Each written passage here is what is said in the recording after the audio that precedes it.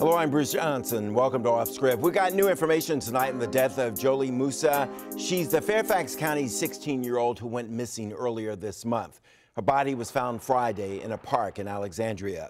Today, police announced they've got a person of interest in this case, and the only thing they'll say about this person is that he's 17 years old. But our Peggy Fox talked to Jholie's family and friends who say they know who this person is. Peggy joins us live tonight. Peggy? Well, the 17-year-old is Jholie Moussa's ex-boyfriend, and police have also said that he is in custody tonight. He was arrested on a prior assault charge, and he is in jail.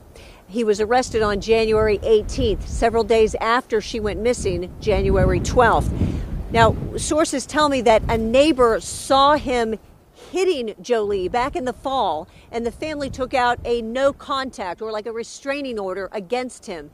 And then after that, allegedly, there was an assault involving choking of Jholie Moussa, and he was charged in that. He has been out of jail since then until she disappeared. So the ex-boyfriend was out of jail when Jholie Moussa disappeared.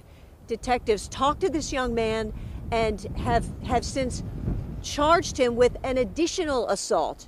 What they said was they uncovered an assault, and they've charged him with that. He's in custody, charged with assaulting Jholie Moussa. He is not charged in any way concerning her death.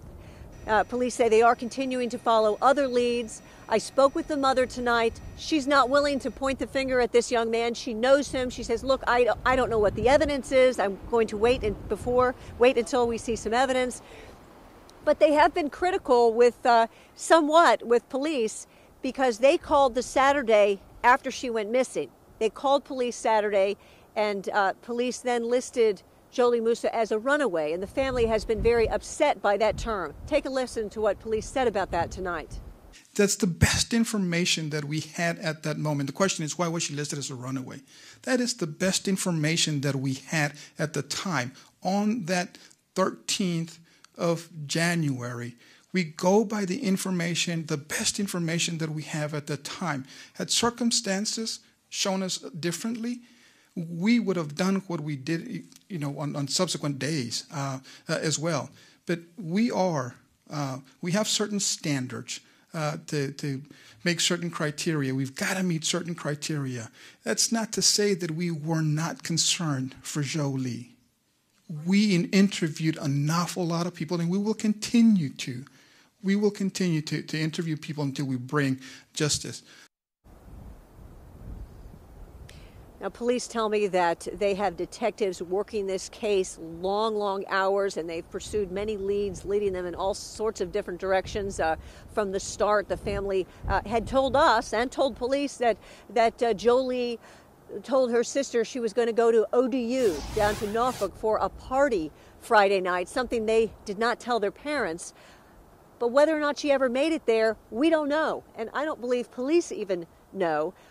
What we're still waiting for is the autopsy report to find out how she died and whether or not she was killed in that park. Bruce?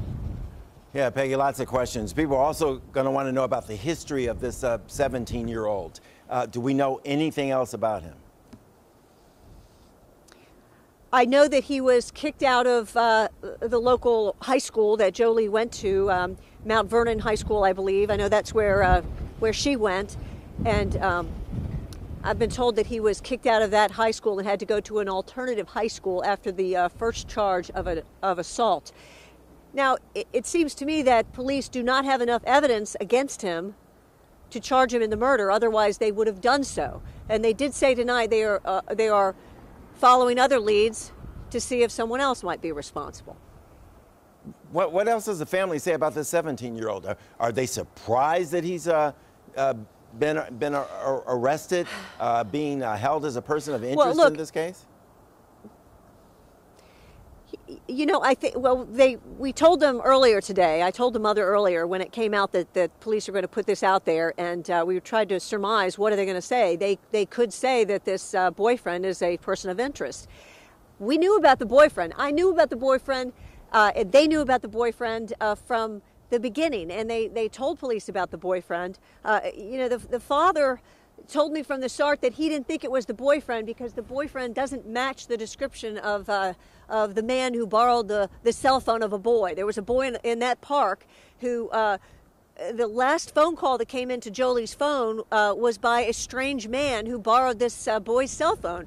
And the father said, you know, that person doesn't match the boyfriend. So they sort of didn't think it had anything to do with the boyfriend. But you never know, right? That's what the police are here for. They're trying to get to the bottom of it. They're searching through all the leads and trying to collect evidence to try to figure out who did this. Yeah, absolutely right. Peggy, thanks a lot for that, trying to sort this out. And we'll be patient. We'll have the answers when we have them. Peggy, thanks a lot for that.